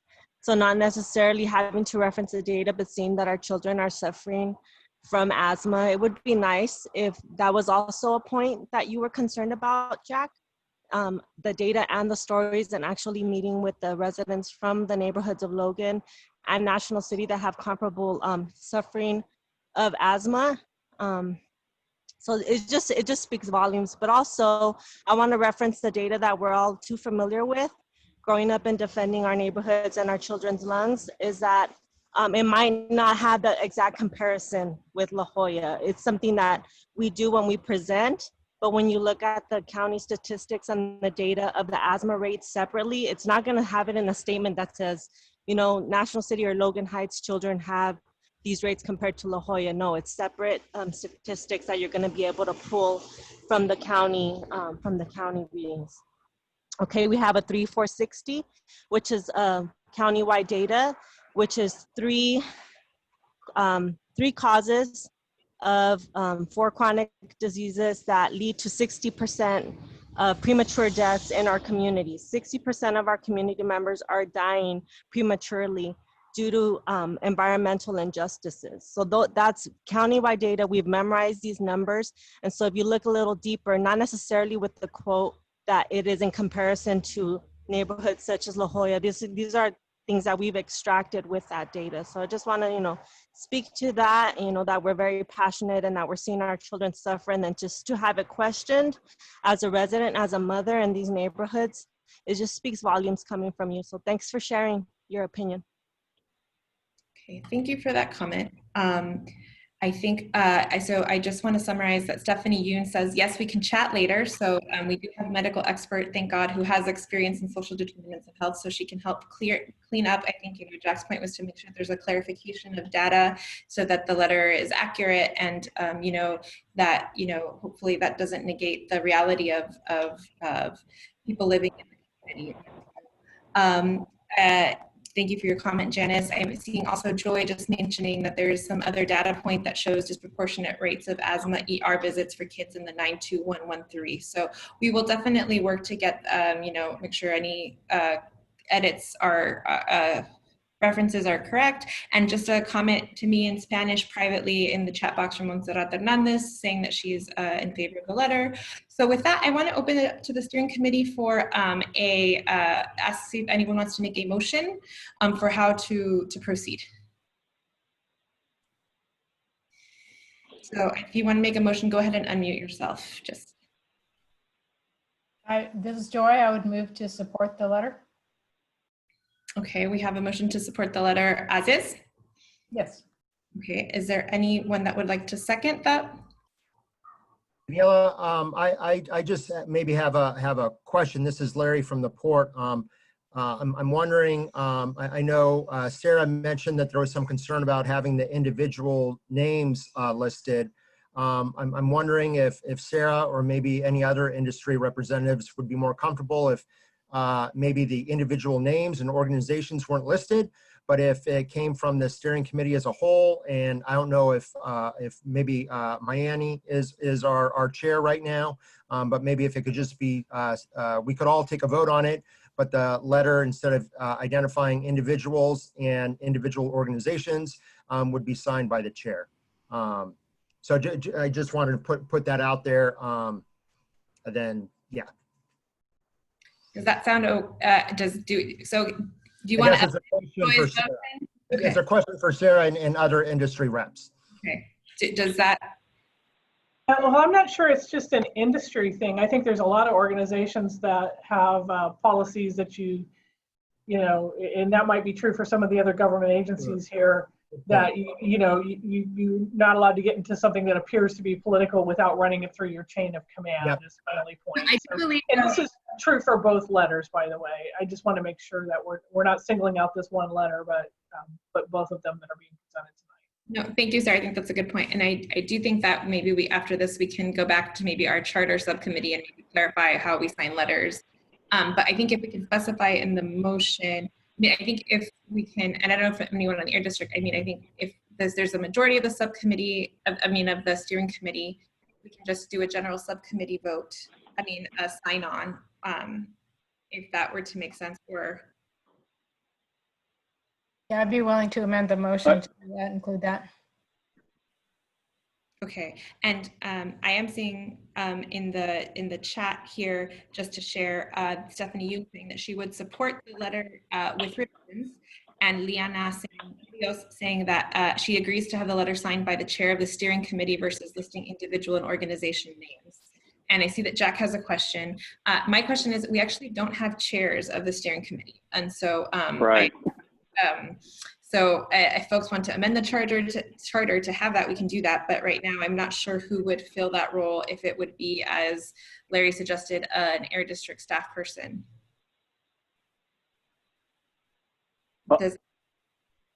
Danielle, my point was, unless we're going to record the actual votes of each and every one of these organizations and include that as the letter gets sent, it would be inappropriate to list all these names and organizations without indicating how they voted, because it seems to insinuate that they all voted in favor when that may not be the case.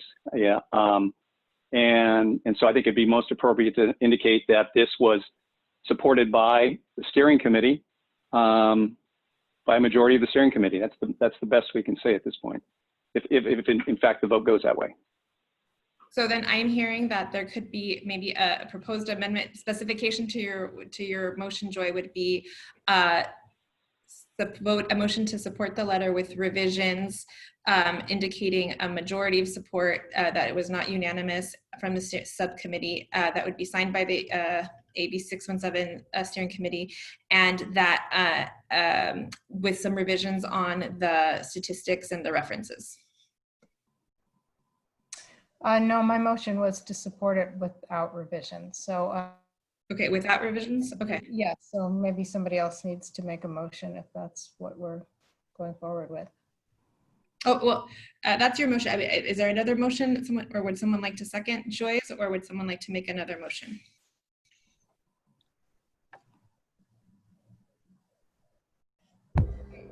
One Joyce or another motion. I would second Joy's motion. Okay, we now have 2 seconds. Okay, from Ted and from Roman. So the motion is to support the letter as is. So one thing that we're going to do differently this meeting is we are going to do a roll call vote, because that is actually what the charter says, and the chat votes were getting a little messy. So I'm going to call your name in order that it appears on the screen, and the people on the bottom are people in gray who are not present today. So if anyone is actually joined later, please let me know. So I'm going to call out your name, and if you could please give an oral record of your vote. And if David, if you guys count for the numbers just for me while I do that, that would be helpful. Okay, so Ashley Rosia Tremonti. Yeah, I'm going to abstain from this vote for similar reasons as to what's being discussed, in that we do have a process for approving letters of support within the city. And so, Sandy, if you want to talk offline, I can help get you the form for the city of San Diego to put a letter of support request in. And to clarify, this letter will be signed from the steering committee, but okay. So an abstention from Ashley. Jack? I'm going to abstain, but I just have to add, I thought I heard an offer to just verify that connection between that statement and a reference, whether that reference appears in the in reference number 3 as it says, or if it's somewhere else, just to correct it. I can't possibly support or wouldn't want to support anything that's that with incorrect references on them. So again, if I've missed it, my apologies, but Sandy offered to demonstrate or show me where that was, and so I have to abstain at this point. Okay, so abstention. Sarah, Giobi? Abstain. Okay, 3 abstentions so far. Larry, Hofreiter? I'm going to support it. Support. Elisa Arias? Support. Support. Joy Williams? Support. Chris Stanley? I'll be abstaining as well. You will abstain. Roman Partida Lopez? Support. Stephanie Yoon? And if you can't go off mute, you can also record it in the chat, Stephanie. I don't know if that's easier for you if you have the baby. Stephanie? Can you hear me? Can you hear me? Yes, we can hear you. Oh, okay. As is, I'm abstaining, but I do think revisions would be pretty straightforward, and I'd be willing to work with you guys on those revisions if required. Okay, so abstaining if the motion is the letter as is, but a willingness to help provide the corrections, or provide, not corrections, sorry, additional references. Perhaps, yeah, input on corrections. Clarification. Sure. Jose Marquez Chavez. I'm going to abstain. Okay. AC Dumal is a non-voting member, so I'm not going to ask you, AC. And Liana Rios.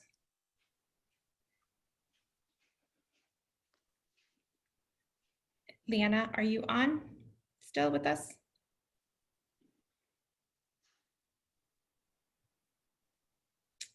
Liana, are you on to cast your vote? Okay, we'll skip over Liana. Liana is going to abstain. She put in the chat. Okay, then Sandy Naranjo. Support. Ted Gottschalk. In favor. In favor. Alicia Sanchez, a favor o en contra? A favor.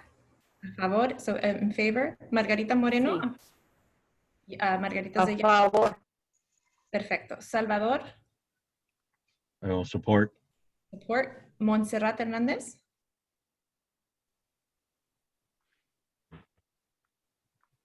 ¿Estás a favor, Montserrat? Si puedes ponerlo en el chat, o si quieres, puedes hablar.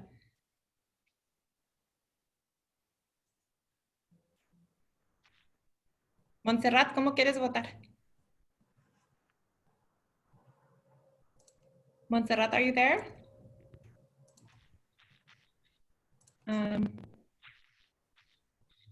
Okay, well, we'll wait on Montserrat. Do you have a count for me, either Chuy or David?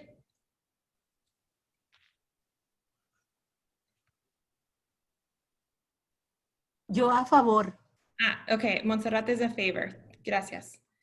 And I don't think our Filomena, Olympia, Giapsi, or Vanessa, Silvia, or Hillary, or Irma here.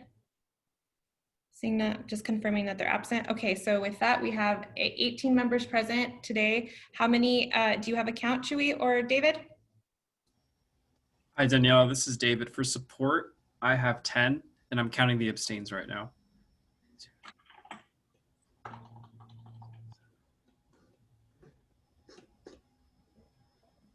And I count 7 abstains. 7 abstentions. Yes, we will look into the polling, but we can't record names there, I believe. So Chuy, remind me, 10 abstentions. So we are a majority, so that's a majority. So that's what the charter says. So the letter is approved. Chuy, can you confirm that? You're on mute, I think.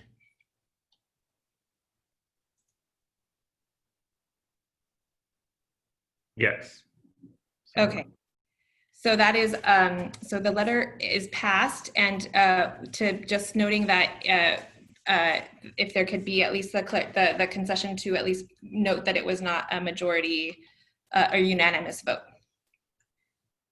And if there is some willingness, or if you'd like, that there's help on the references, if that would if they would like to proceed. Okay, so thank you for that. And we are still perfecting our ways to do our votes. So thank you for your patience.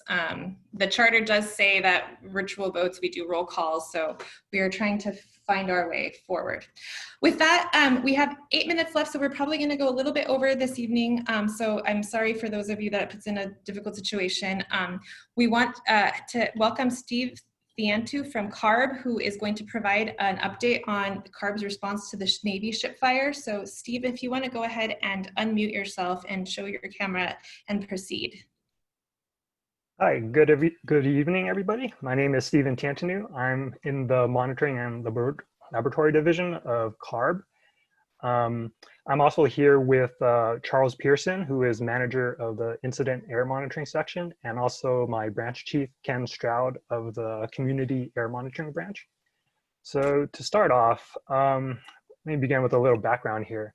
So in late July, CARB received a letter from EHC requesting that CARB evaluate San Diego APCD's air monitoring protocols, air monitoring conducted, and subsequent air monitoring results regarding the fire incident aboard the Bonhomme Richard Navy vessel. And so in response, CARB and the San Diego APCD agreed that conducting an incident review is important to improve preparedness and actions for future air quality incidents. And currently, we are in the early stages of developing the scope of the incident review, and we'll keep the community updated on expected timelines and progress. We have already collected the concerns raised from last month's Community Steering Committee meeting and plan to gather additional input and suggestions on topics and aspects that the community members would like examined during our review. Currently, we don't have a planned way of collecting that input yet. It may be a separate meeting or possibly a virtual survey. We'll see. And then our final report will describe recommendations for improving preparedness, coordination, operations, and communications during unanticipated air quality emergencies. The final report will also be shared with the community. And with that, I'd like to open up the forum for questions and comments. So there's one comment in the chat box, Stephen, that I'll just share, that there was already some concerns raised with virtual surveys. Yeah, I heard that from Ted Gottschalk. Yeah, so maybe, I don't know, we may lean forward towards more of a virtual meeting rather than the virtual survey as a method to collect more input from the community. Great, thank you. Are there any other questions from either the steering committee or from the members of the public for Stephen? Can I bring in, I don't know, Charles or Ken, you have a response for that? Yeah, so this is Charles from the Incident Air Monitoring section at ARB. So what we're going to be looking at, and we just really kicked off the very beginning of the meeting, but what we're really looking at is analyzing the response to problems. We're going to be looking at, how prepared the district was, how they coordinated some of their responses, the operations. We heard that there were some communication issues with how the data might have been presented, exposure tracking, things like that. And we're just really trying to identify some lessons learned from the response and just create a really good improvement plan so we can improve the protection and preparedness next time. Okay, but as I said, we just really had our first meeting. We're looking at bringing in Cal EPA, US EPA, working with the Air Board, trying to get some of the data from the Navy, just to really kind of take a look at really what happened, how things happened, the chronology events, and just identify some strengths and weaknesses, and just really help to improve that moving forward. Great, and I think there's one question on if there's an expected timeline for the final report. Yeah, we'd like to have this done before the end of the year. So we're trying to move on this pretty quickly. We're having weekly meetings with the teams, and but we would definitely like to have something out by the end of the year. Okay, by the end of the year, great. Are there any other questions? I see one hand raised in the attendee box. So Akshita, I will allow you to talk. You can go ahead and unmute yourself. Thank you, Daniela. I just had a quick question about what are the existing protocols to deal? I know these are potentially trying to update protocols based on the specific incident, but might you be able to shed some light on what are the existing kind of incident protocols? I think that would really be a question for San Diego. We really haven't spoken with them much about what they have planning. I know that they do have resources and they do have systems, but I don't know if San Diego wants to comment on that. We really haven't really met too much. We're just really starting to get some of the teams together and figure out what we're going to talk about, what we're going to cover, but I'll let San Diego talk about that. Yeah, hi, thanks. This is Robin, and Bill, if you're online, feel free to chime in. But from my perspective, so I've been interim director for a couple of months, and what I saw in the response was we actually do have a fair amount of protocols once we're responding. The charge for us was getting that information initially to get out there. So the initial communications is certainly some area of great improvement is needed there. But we do have protocols in terms of, okay, once we're notified, okay, what equipment do we go for? Is the equipment available? A whole chain of command is kind of specified as federal protocols, frankly, that we have to follow in response to incidents. But this incident response plan is going to be more holistic, and it's going to also address the communication aspects of it. And quite frankly, of course, we weren't the only agency involved. There were many agencies involved.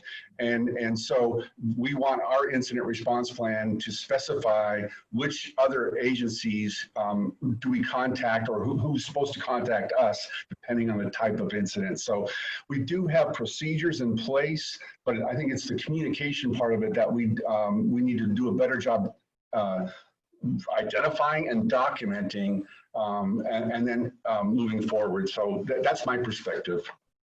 Thank you. Great. Thank you for that. And just one more comment from the chat box from Liana Rios. More transparency around this issue and the actions being taken is essential on a regular basis with this group in the community. So we agree with that. And thank you then, Stephen, Charles, and the third person who's here. I forgot your name. I can't find it in my chat. Thank you all for being here today on behalf of CARB, and we appreciate your responsiveness. Great. If there's no other questions or comments, then we're going to move on to our final item of the agenda today, which is another vote on a letter of support. Santa and the Port of San Diego are applying to the CEC, which is the California Energy Commission, for a grant to provide funding to support EV infrastructure. So this is just a letter of support. Sometimes those help the applications. So I'm going to turn it over to Elisa if you want to give a short overview of the letter, and noting that we will work on protocol for how letters get signed from the committee, but go ahead, Elisa. Thank you, Daniela, and thanks, committee members. We would like to request support from the steering committee for a letter that will be sent to the California Energy Commission. And this letter is in support for a grant application that Santa would take the lead on, but it's a partnership with the Port of San Diego, both transit districts, MTS and NCTD, our local Caltrans District 11 office, and the County of San Diego. And this is for medium and heavy duty zero emission vehicle infrastructure planning grant. And this will support some of the strategies that are being proposed in the CERP related to reducing diesel particulate matter emissions. And if we're successful, we will be identifying actions to implement the electric charging and hydrogen charging infrastructure within the San Diego region, identify those medium duty and heavy duty corridors, the ZEV charging and fueling technologies, infrastructure locations, pilots, and also long-term efforts. So with that, I would request support from the steering committee. Great. So are there any questions or comments before? Or maybe just a motion to support? I'd like to make the motion to support the letter. Great. Is there someone that would like to second? This is Larry from the Port. I'll second the motion. Okay, and just confirming there's no other questions or comments about the motion or the letter before we take the vote? Okay, so I'm gonna go by your names again, and I'm gonna go a little bit faster this time. And again, if you can't, if you hear your name and you're not unable to go off of mute, if you please just type your answer in the chat box to everybody. Ashley Rosia Tremonti. I'll have to abstain again for the same reasons I did for the previous letter of support, but I will send Elisa the form to get a letter of support from the city. Thank you. Jack Munger. Support. Support. Sarah Giobi. Abstain. Abstain. Larry Hochreiter. Support. Support. Great. Sorry, Elisa Arias. Oh, Elisa. Support. Joy Williams. Support. Chris Stanley. I'll be abstaining as well. Okay, Roman Partida Lopez. Support. Support. Stephanie Yun. Support. Jose Marquez Chavez. Support. Support. Sandy Naranjo.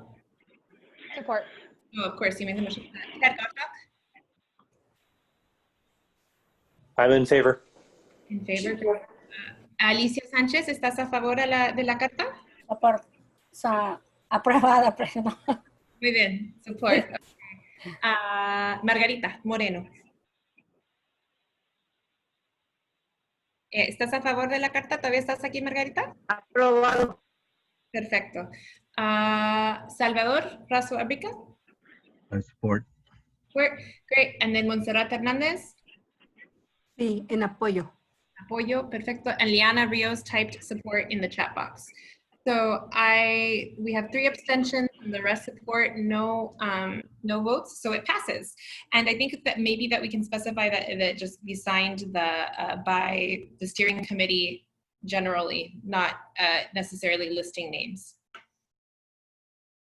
Great, okay, so with that, that went faster, so thank you. Are there any public comments on items that were not on tonight's agenda from anybody from the public or the steering committee?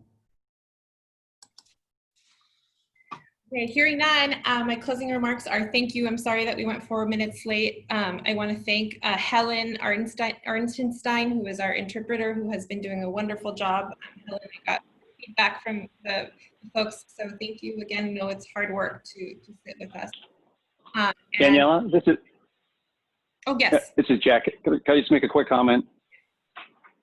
I think we've done a very dangerous thing here this evening. I didn't make a point that the sentence in that letter was incorrect. I said the reference cited does not support the sentence.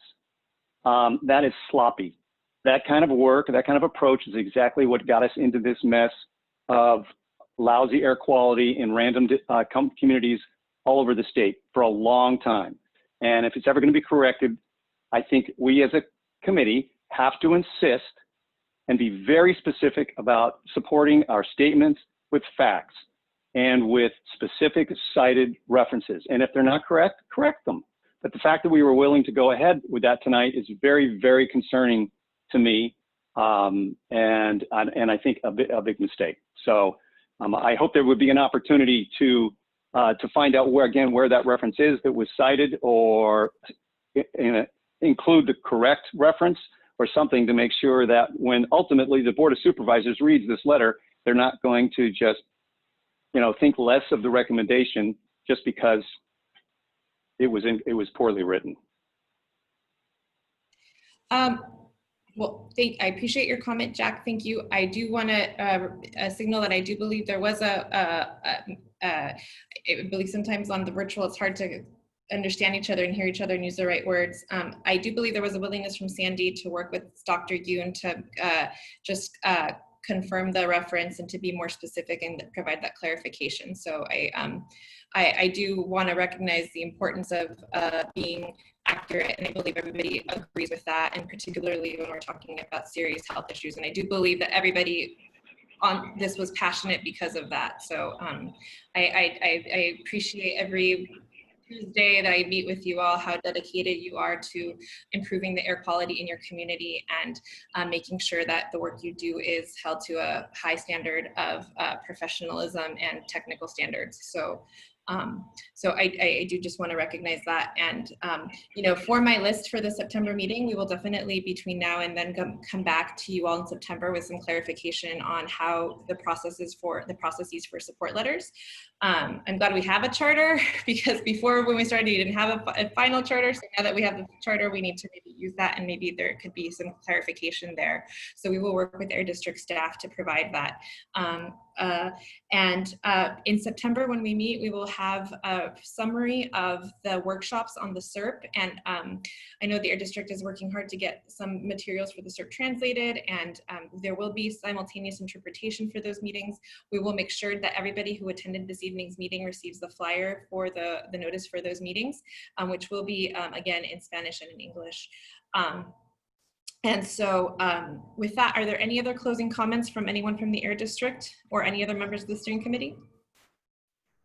If I may, it's Rob. I just want to express appreciation for everyone's candor and transparency. I think that's important. So I'm actually, you know, we call it creative tension at the APCD, and better things come for that if everyone's speaking their piece. So thank you very much for being honest with each other. It was a very good meeting, I thought. That's it, just from my perspective. I'm not speaking for anybody else but Rob, but I personally found it very, very helpful. Great. And noting Sandy's comment that she will be working, you know, showing her commitment to show the data that supports the statements made in the letter to sharing the concern of the health impacts. So with that, a deep breath, everybody. Stay safe in these weird times where it seems like everything that goes wrong is going wrong in the world, but everything that's right is here every Tuesday, once a month, with all of you. Thank you for being your hard work and commitment, and for taking this work seriously, and for all the energy that you bring to this space. The air quality will be better for it in the Portside communities, I'm sure. So with that, I just want to say thank you, take a deep breath, and have a nice evening with your family, or with TV, or your pets, or whatever it is, or a nice cold drink. Okay, thank you, everybody. And we will see you. Thanks, everybody. Thank you, everyone.